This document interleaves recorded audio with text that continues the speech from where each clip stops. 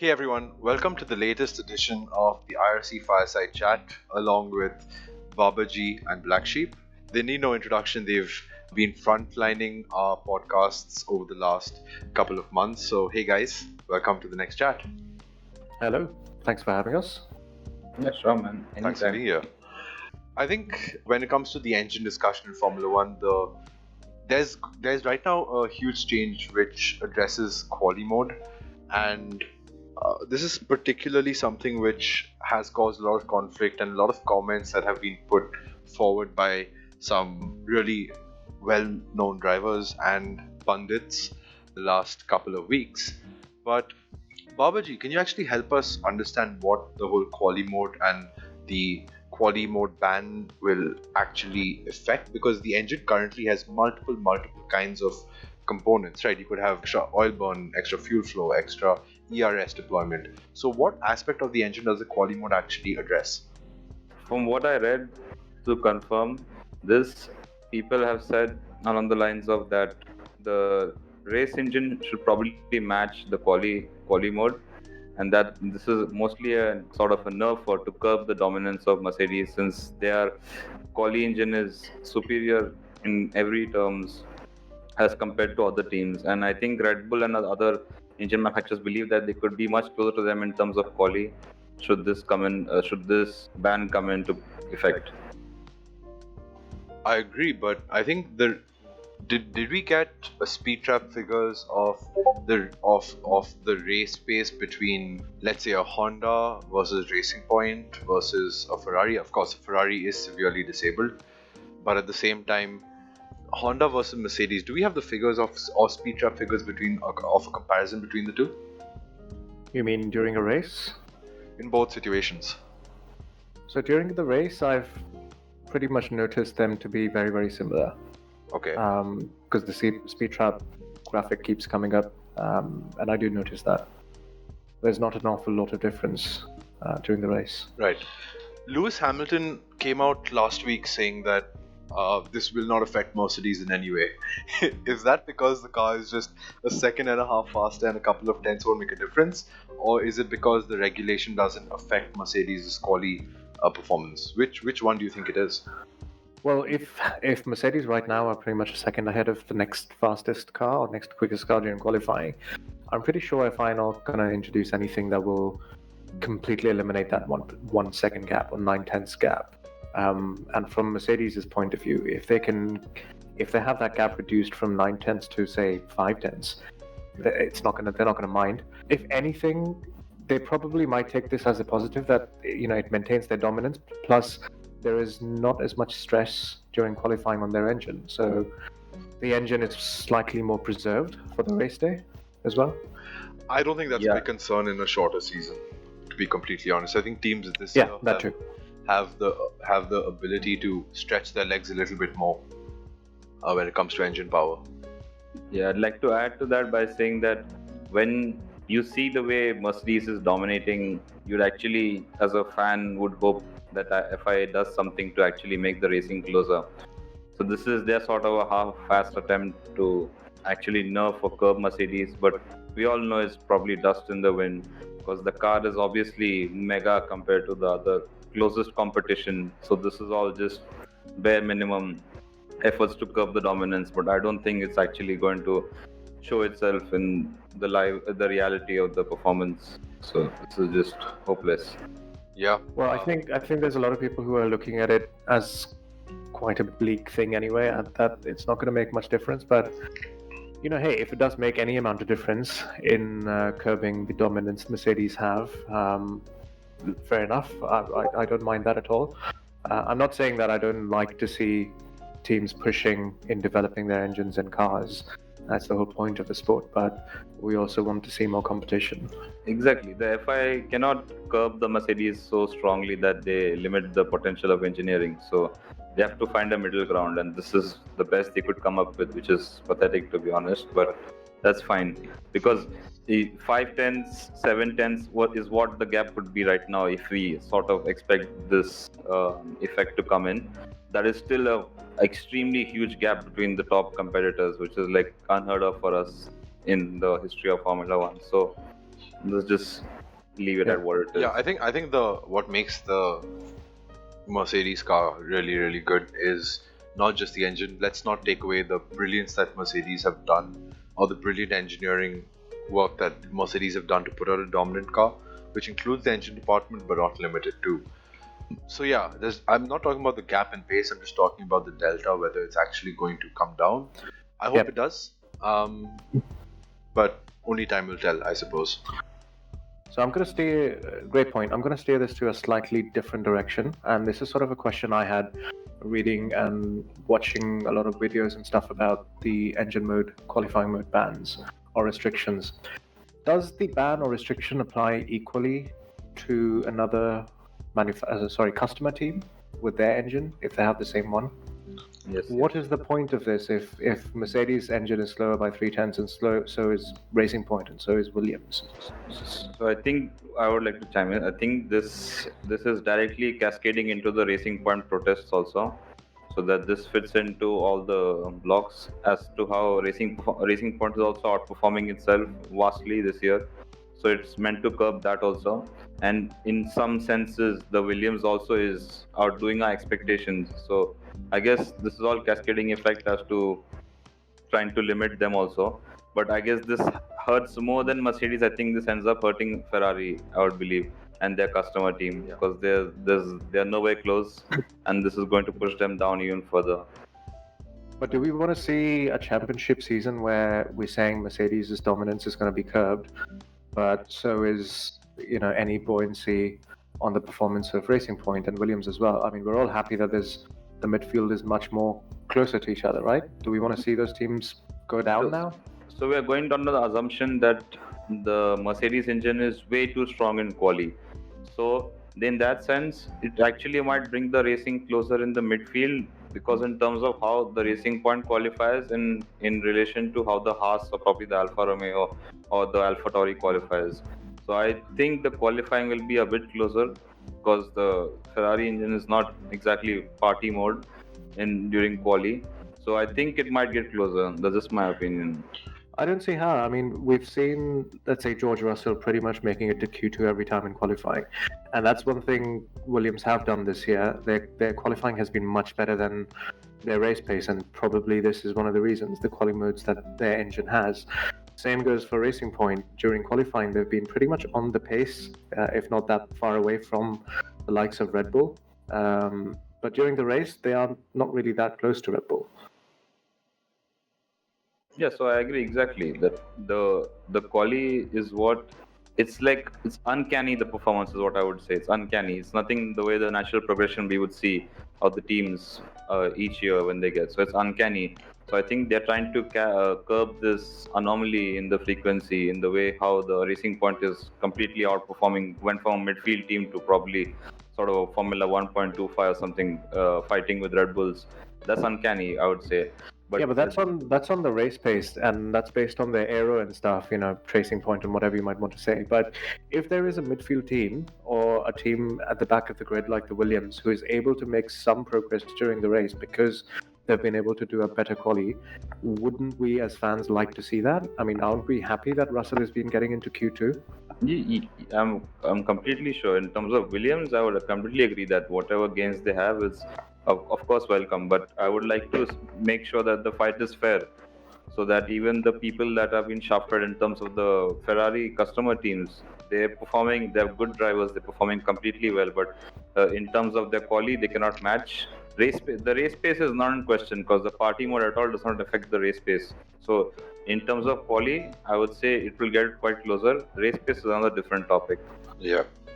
So last season there was a lot of talk about how the engines are coming closer and closer together, and there's going to be a very similar situation to the V10 era. The V10 era was very well matched when it came to engines, and the grid was much more competitive. You could have a few surprise results. But this year, I think, and that's something the FIA Formula One, whether it's FIA, whether it's whoever it is, do you think that this is more of a reaction to that not being the reality, the engines not coming closer together, and less dependence on aero and more dependence on engine power? you think it's to help? So from what I've heard from you, that this is actually helping teams like Ferrari, customer teams, and let's face it, Ferrari as well, and Honda engines, and not helping Mercedes, Baba, because that's essentially the message that I got.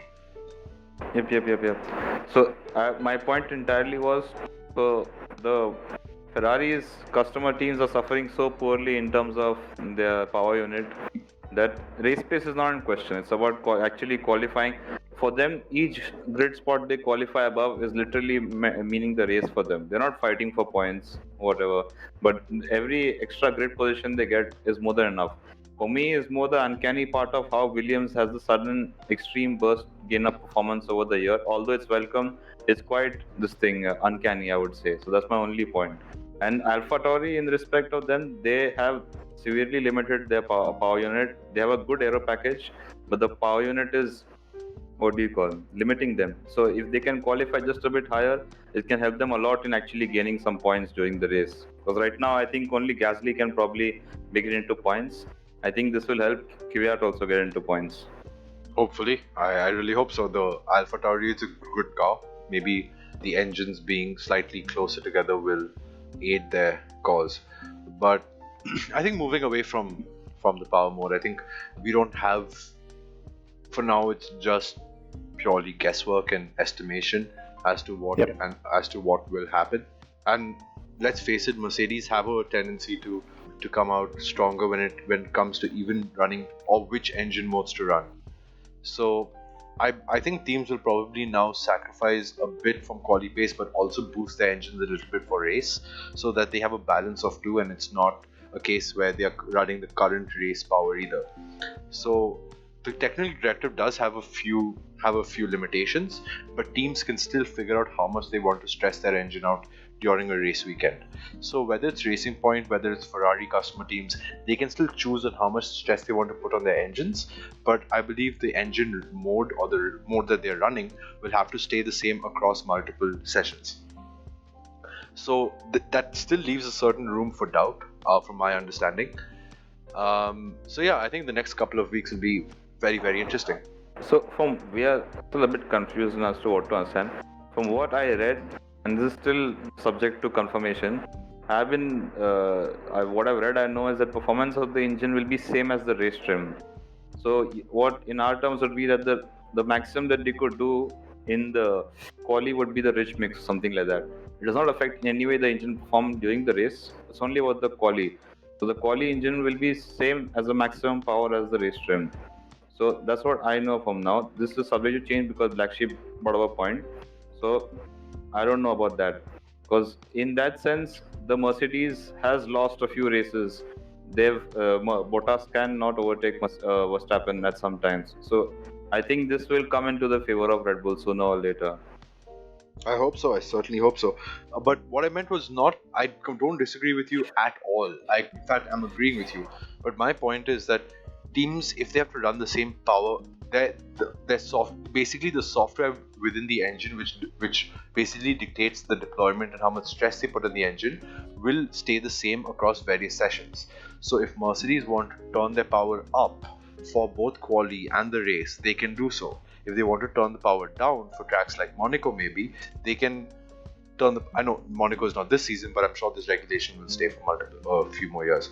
But essentially, you can still decide how much stress you want to put on the engine. It's just going to differ from, and that's how probably you can see a difference in performance between a Racing Point, who believes quali may be more important, so they lay more emphasis over there, versus teams like Mercedes who turn the power down across the sessions to make sure the power is the same, to make sure the engines are last and are more and more efficient.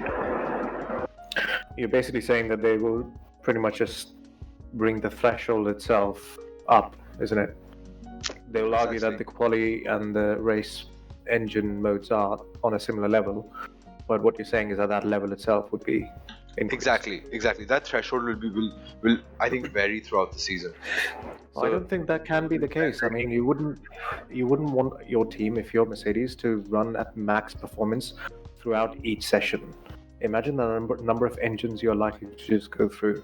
Right. Is that a risk you not take? At all. I agree with you, BlackSheep. I'm not saying that you're going to burn your engine out by running them at 100%, but if you're running them teams don't normally run them over 45 to 50% from what I can understand, and only on specific and they have engine mappings where they run it at 50 or maybe 50 odd percent for most of the lap, 50 or 60%, and on the straights they turn it up. So the engine performance is already mapped over a particular lap distance. That's basically what the different engine modes are.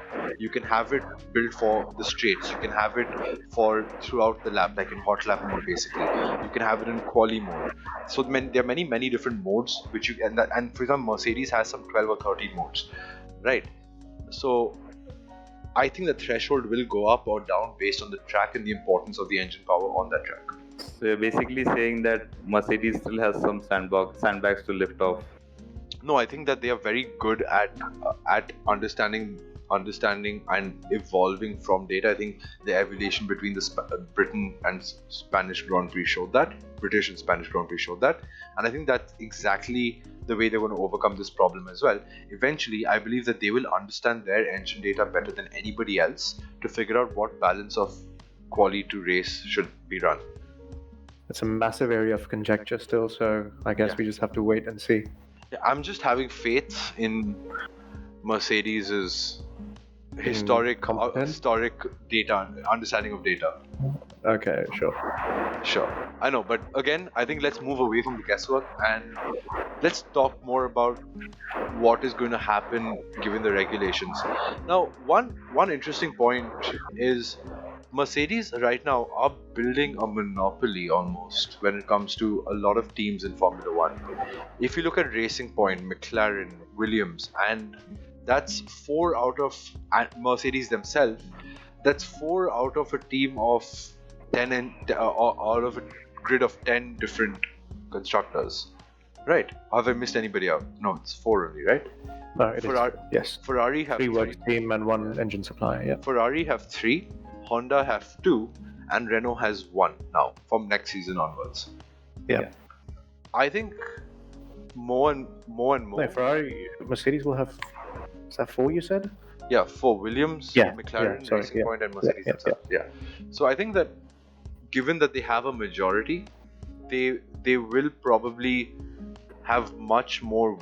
They can put much more weight on the FIA by democracy setup, because that's basically how technical regulations they are put forward to the teams, and then teams basically vote on whether to pass or not. Not all teams have veto rights. Like Ferrari can immediately say no. Ferrari and Mercedes I think can say no, and it would just, and there's no way, even if there's a majority vote, that would still not pass because they have veto rights. Sorry, I'm just explaining what veto means, but I'm sure most of you know that anyway. But in cases which are not true, in cases where Ferrari do not need to veto, either way, Mercedes now have that dominance to kind of put weight on the FIA by just having numbers in their favor. This is getting a bit too scary for me, because I think Mercedes have always been there and probably for majority of years been the best engine in Formula One. They don't need the help, and yet they're getting all the help that they can. So how do you feel that the numbers of constructors who are buying Mercedes engines along with Mercedes themselves, how do you think that will shape the sport in the years to come? Yeah, Mara, I don't necessarily agree with you, because the veto power is still there, and I doubt that Ferrari and Mercedes will agree on most issues in regarding to regulations. No matter how many teams they have, today it was confirmed that Ferrari still has the veto power post the Concord agreement. Right. So I don't think that they will ever have the chance to do any weird regulations or try to, curb their nerves on them. So I think that's a redundant topic, because Ferrari will almost never side with Mercedes in terms of regulation changes or banning some regulations in coming towards them. Yeah. And FIA has shown from the past 2 weeks that they want to slowly curb the Mercedes dominance, even though it's against the entire attitude of the sport. But it's welcome for the fans. Yeah, first of all, I disagree with you completely. I think FIA are only doing that because the season's pretty much wrapped up. They've frozen development once they realized Mercedes had the more powerful car. So I completely disagree with you that FIA wants to stabilize the field. But yeah, Ferrari veto power does help. And I'm saying they're Yeah. trying to stabilize it. They obviously cannot They do go. not want to. If it was Bernie times, he would have done something insanely weird. But we don't have him anymore, so Yeah. we just take it what we can. No, but I completely disagree with you on the fact that they're actually trying to make the sport fair. I think there's no way that FIA wants to make the sport fair. Well, why would they bring in this change then?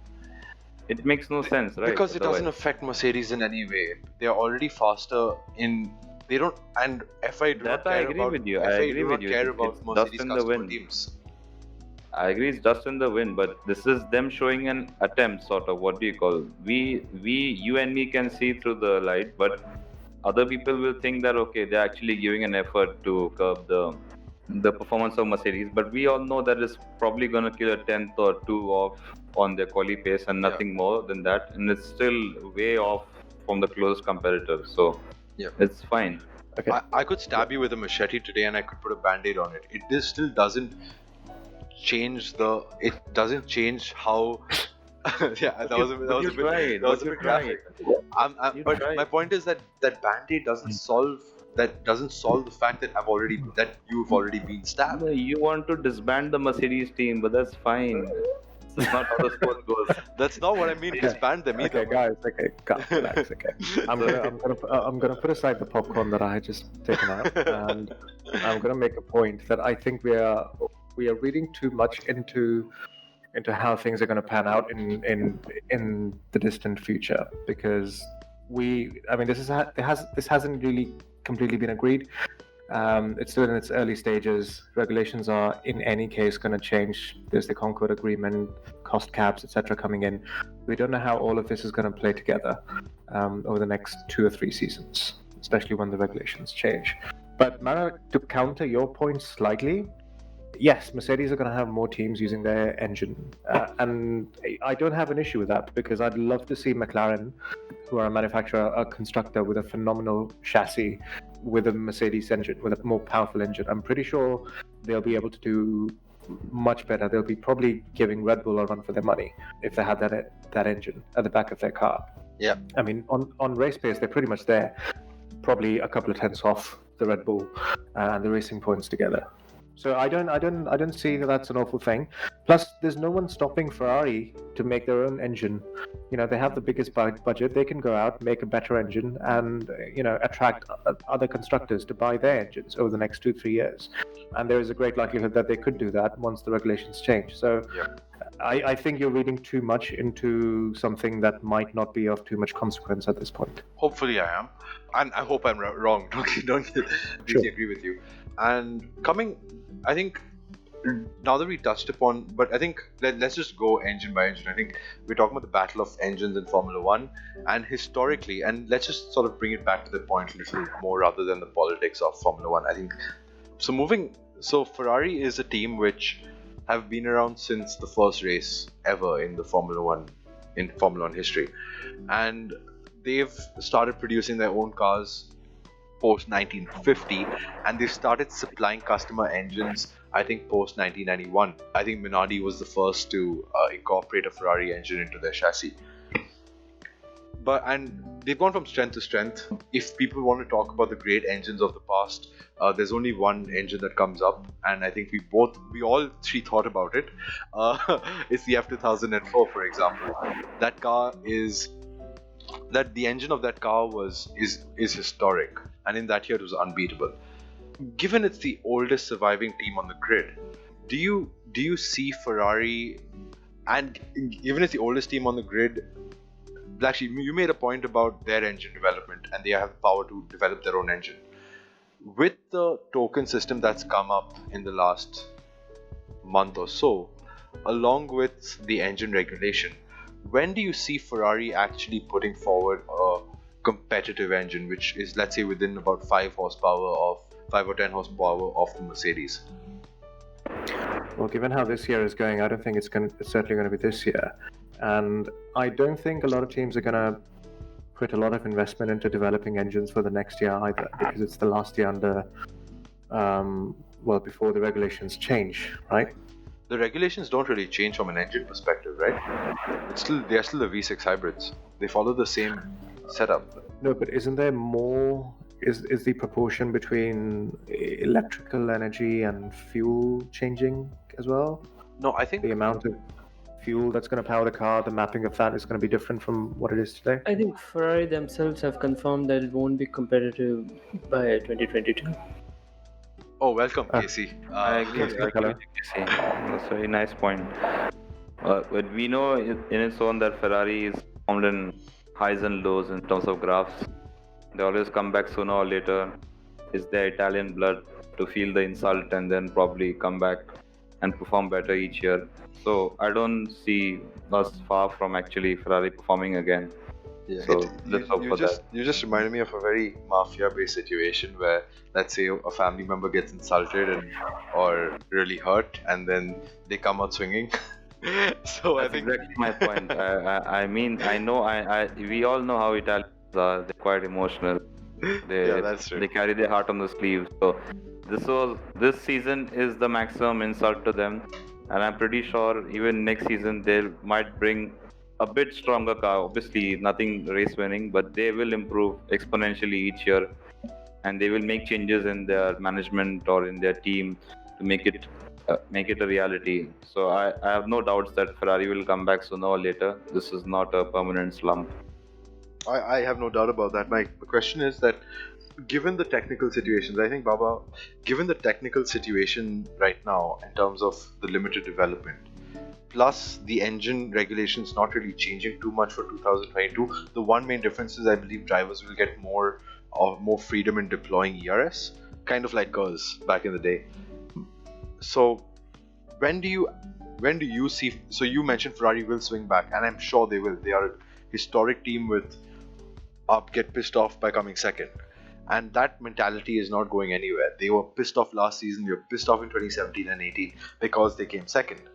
So unless they win, they aren't happy. So when do you think we'll actually see a happy Ferrari team in the next 4 to 5? Do you think it's going to be in the next 4 to 5 years? Ferrari's No, never let's- going to be happy. Let's not forget that the swinging back has no relation to a 5-year gap or a 10-year gap. Because they have been they've been in the sports since 1950, and they wouldn't win a lot of titles up until Schumacher came and helped them. So it doesn't necessarily mean that they're gonna just out the blue perform, but they have the heritage to on their side and they have their own attitude. So I'm expecting them to bring in something. I would say the cutoff point would be the new regulations. If they can do something with the new regulations, at least get closer, then there'll be faith restored in them, confidence in them again. That's my point. The new regulations, I would say, even though they've said that they won't get compared to 2023, which is quite scary when they Yep. themselves admitted. So I don't know, man. But do you think the issue with Ferrari is less of development of engine, but the more prominent issue at Ferrari is their own team structure and management, etc.? Yeah, I definitely agree. Like we said on the point that they are more of a emotional people. Same thing goes with their team management. They're not willing to fire people on the spot who are not performing and terms like that. So if they cannot do the entire structural change, they won't gain the performance immediately. So if they're going to stay with the same old attitude, that's probably correct with their prediction that they probably might win in 2023. Because it's not as if the main problem for Ferrari over the last, say, in the hybrid era has been the engine. It's only been, well, last year to this year, isn't it? I'm not sure if the whole fuel flow thing is something they were doing all across the hybrid era. Do you know? I think Mara can answer that. Yeah, no, that was something with an oil burn, not fuel burn. And last season's car had nothing to do with fuel. That was just one race where Ferrari made a mistake or they lied. Whether they made a mistake, we don't know. But they incorrectly declared the fuel load in Leclerc's car. That's irrelevant. No, it's the oil flow. You know what I'm talking about. I may have mistermed it. Yes. That's totally fine. For those who aren't aware, the oil, basically the engine oil itself, is limited by the FIA regulations in terms of how much you're allowed to burn over the course of a lap, over the course of, I'm not really sure what they measure it against, but it is limited. And Mercedes had exploited that throughout the hybrid era. I think since 2016, 2015. I think it was 2016. Mercedes have exploited that oil burn quite well, and nobody batted an eyelid, so it was legal for a majority of that time. And Okay, let's not get too much into the politics of it, but the point I was trying to make was... Not the politics again. What was the question? So, well, I was trying to steer the conversation into, I mean, is the issue for Ferrari whether or not they can develop a good engine, or whether it's about how Ferrari themselves are, because it's not like from 2014 to 2017-18 they didn't have the opportunity to develop a good engine. They certainly had a good engine. I like to chime in on last time, saying that my one point is that we're trying to bash Ferrari here in terms of how they develop the engine. But I would like to chalk it out to good sportsmanship and say that Mercedes are extremely outperforming the expectations, and no one was ready for what they would bring post 2014. Yeah. So Agreed. these guys are just reacting in as much as they can to possibly touch that. Doesn't mean that any of the other engine supplier / constructor is actually performing worse. It's just Mercedes going out on a ham, destroying everybody. I completely agree. So I think the oil burn aspect which Baba.G was talking about is fine. That was legal at that point of time. I think that's what caught Ferrari out last season. I don't know if it was ERS or oil. And given how late they found out, or they got the news that their engine was illegal, I don't think they had the time to develop or completely restructure their entire engine. And I don't know if they had just laid back on the oil burn on that engine, they could have probably been in a better position. They are the experts, not me. I'm sure they explored that option, but it didn't really work out. But bottom line, I think Ferrari will be working on their engine very, very heavily. As a team, as a Ferrari community, engines are their... There's a very famous quote by Enzo Ferrari: "You pay for the engine and you get the rest along with it." Right?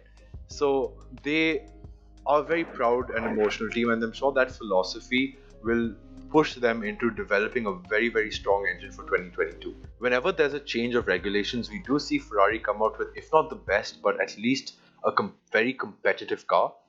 And they are a team who has more experience in ground effect than Mercedes does. Right? Yeah, that I agree with you. So Exactly. 2022, 2023 is probably the earliest we would see Ferrari competing, but I think they're going to come back extremely strong. And I think that comes into, I think we may see a McLaren versus Ferrari battle unfold. The earlier days where Hakkinen versus Schumacher, Hakkinen was faster in terms of top speed, the Ferrari was faster out of a corner. I want to see that battle resume, and that tiny variations actually affect the result of a Grand Prix. So I understand that I need to tape the first two positions. Tape the first The race. positions.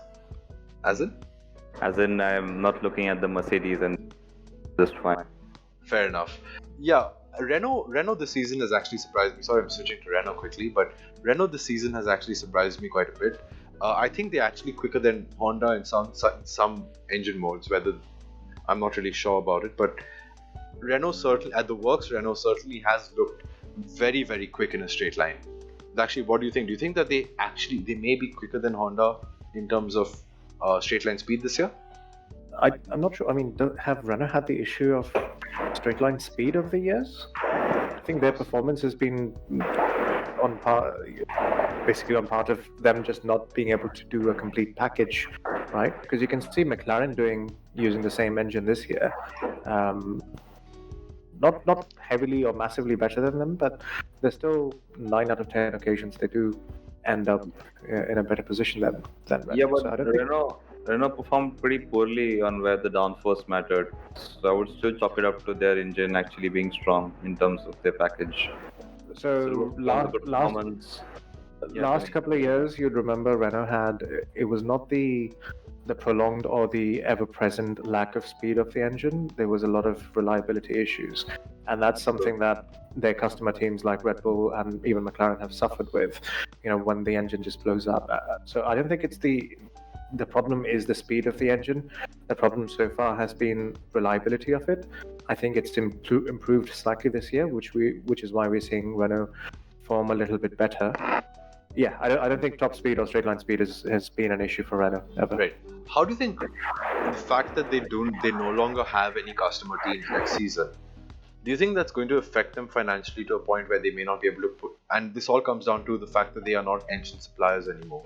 Do you think that that will affect the kind of development they can make into that car, or do you think the financial regulations will save them? Okay, so Renault has been a constructor and engine supplier since the 80s. So they won quite a few championships along the way, and this is again being the French people. Since they come back to the sport post the 2000s, it's not really helping them in terms of how they're performing. So I think even considering that they've been slowly improving each and every year, in terms of how they lose, in terms of how their budget will affect them, that they don't have a customer team, I think that's not an issue because they're a huge group and money is not an issue for them. For them, the issue is more the image and how they present themselves to the Formula One grid and how it affects their sales. So I would say that it's fine, but it's definitely not the issue of the budget. Fair enough. I certainly hope so.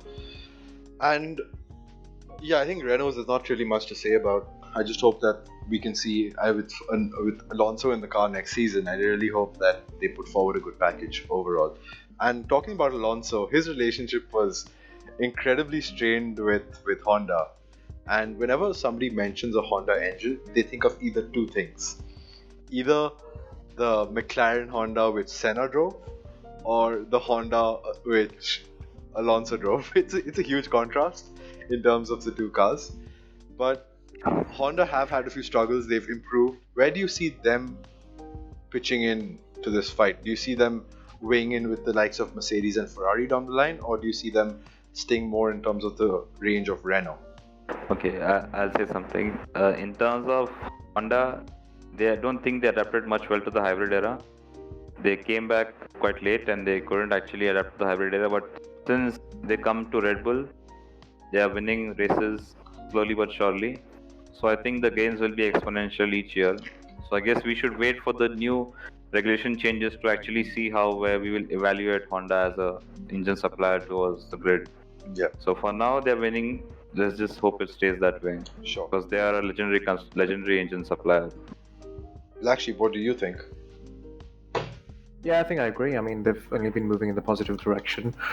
I'll come back to a point, Mara, you said earlier when I mentioned about regulations changing. You said it's not going to have a massive impact on the engines per se, but I think it will affect the total package because a lot of cars, well, not a lot of cars, everybody designs their cars and their chassis and the aerodynamics based on how the engine is fit and where it's fit in the car and how efficient it is and how they're able to cool down the engine efficiently. So if we are seeing Honda move in that direction positively and Red Bull performing better and better at the back of it, then yeah. I have a question regarding Honda. So would you chalk it up to them being poor in terms of their progression in the early years with McLaren, or was it that they lacked the chassis / driver in terms of Red Bull and Max? I don't think it's a driver issue. Certainly not. Max Verstappen is a very capable driver. Yeah. No, But- I'm saying that's my point, that Max is a capable driver, that's why he could bring the Honda to the win. I'm talking, was it in terms of the way the chassis driver / McLaren and Alonso, that they couldn't actually score a win or actually have good point finishes? Since they got Verstappen and Red Bull, that they're actually performing and showing that the engine is good. That was my point. Oh, this is something I've actually spoken to quite a few people about, and I believe that what Red Bull have done is what McLaren should have done with Honda in the first place. Red Bull listened to Honda in terms of the cooling requirements and chassis requirements and recommendations as well. McLaren built a chassis and told Honda to fit the engine into that chassis. Right. So the main issues with the McLaren were mainly around, of course, they were never there on horsepower. They were new in the sport. They were never going to do well for a few years. But Honda themselves were handicapped and were basically fighting with one hand tied behind their back because McLaren were very stubborn on following that zero size design on the diffuser or the engine cover bit. Where they wanted a very narrow rear end of the car, and which didn't really suit the efficiency of the Honda engine at that point of time. In layman's terms, basically, the chassis of the car was very snug around the engine, and there wasn't enough room for the air to flow to keep the engine cool. Exactly. So yeah, I definitely think it's McLaren's fault, and I think it stems a lot from them having Fernando Alonso as a driver. Alonso would have put a lot of pressure on Honda, and the following that Alonso has, the media attention that he gets, certainly put Honda under much more pressure, and really skewed the impression that Honda had on that team. So I really feel that given a more flexible engineering effort, Honda would have been a different beast already. But now that we spoke about McLaren Honda right now, where do you see Honda contributing to the Formula 1 grid? Do you see them maintaining or being the works engine provider for Red Bull? Or do you see Red Bull being a works team with Honda? Or do you see Honda expanding its engine suppliers or suppliees over the next few years? So let's not forget that moving forward, we're going to have a works Aston Martin team too, and they're currently partnered with Red Bull. I cannot say how or where that will progress with the absence of Aston Martin in the branding of Red Bull, and if Honda I wouldn't be surprised if Honda do take a more prominent role in creating a deeper partnership with Red Bull as a more sort of prominent works manufacturer team. Actually, BlackSheep, I think Aston Martin are continuing the relationship with Red Bull at the end of the year. Yes, exactly, because they're going to be a works team next year. And I strongly feel that it will be a Mercedes B team. Aston Martin? Yep.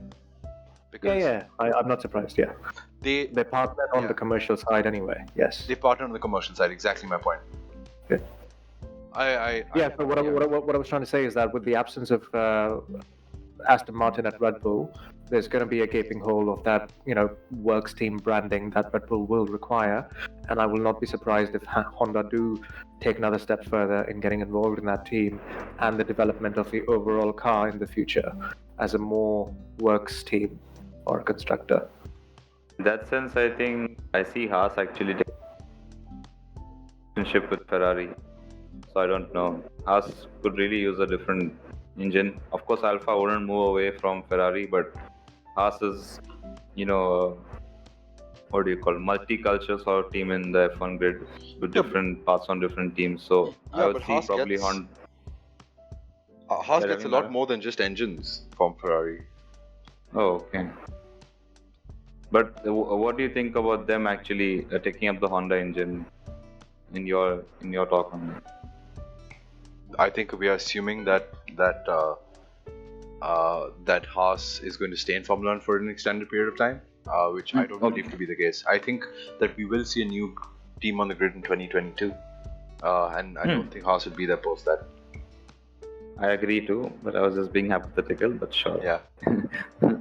And no, I was just building on your point that if Haas is off the grid in 2022, then as a new constructor, I probably would go for that Honda engine, given you probably get it at a slightly lower price than Mercedes, true. Given the fact that Honda is not doing badly at all right now.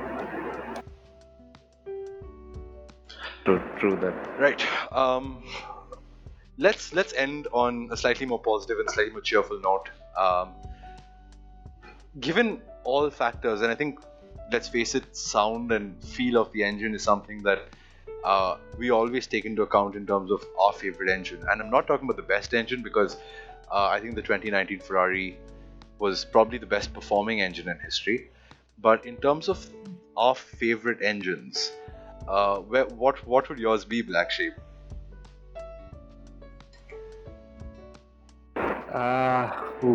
That's a very difficult one to start with.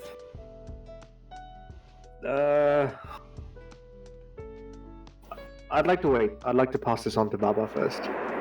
I don't care about the story. My favorite engine was 19. Seeing Leclerc destroy Hamilton. Voice is going in and out again. Okay, sorry. Right now, can you hear me correctly? Yes. Yeah. So it's better. I don't care about the historic aspect. For me, the only image I get into my mind is how Hamilton couldn't pass Leclerc on the DRS, straights. on the Yeah. straights in Monza, Monza. and that'll forever be etched into my mind as the most defining moment of Ferrari engine making. So It's not I'll even the just- 2019 one at Monza. It's also 2018 behind Kimi. Yeah, exactly. But he eventually he passed him. But Leclerc was there. He was not even close. It was not something where side by side or something. He was not even close to passing him into the corner. And Leclerc was just fine. He was just cruising along. And Yeah. I'll forever be fan for that image and that build. I don't know. I don't care if it's legal or not. I'm a big fan. I agree with you. I mean, I don't agree with you on that being my favorite engine of all time. It certainly is what I feel the best engine of all time. But I think for me, around the Mansell era, V12 engine, that used to sound so beautiful. The Ferrari engine which Mansell drove back then. But I'm also torn between the early 2000 BMW engines. Oh yeah, was they are stellar. amazing, dude. I They- missed my chance. As Baba was speaking, that's the one I'd come up with. Amazing. But yeah. Amazing. You can take it. I think I'm still going to stay with Mansell's V12 Ferrari. No. I was just gonna say, yeah, that would be the one for me. Yeah. For The those of speed you of that. I mean, isn't that the one that set the fastest It ever was the lap fastest time? average lap time around Monza. It was Around the Monza. fastest lap by Montoya. Yeah, that was Montoya, wasn't it? It Yeah. was just broken by Kimi Yeah. in 2018. you Yeah, so I guess that would be my it. Yeah, so the Ferrari one of the 2018-19, and then the BMW Williams one. Sure. In fact, just a fun fact about me: in the early 2000s, Ferrari were obviously my favorite team, but BMW was a close second. Yeah, man, that livery, that engine sound. I mean, come on, I don't something Yeah. next level. Ralph and Montoya, I think. Oh, did they drive in the same team together? I think they did. Yes, Yes. they did. Yeah. Anyway, that's our three. Guys, let us know in the comments what your favorite three engines of all time are. And yeah, thank We you. really all. care about your opinion, please. Yes, that is going to change our life significantly. So please do leave it in the comments. At least I'm not being sarcastic. No, I genuinely want to hear what the popular vote is. So, guys, that's been the IRC Fireside Chat for today. Thank you for tuning in.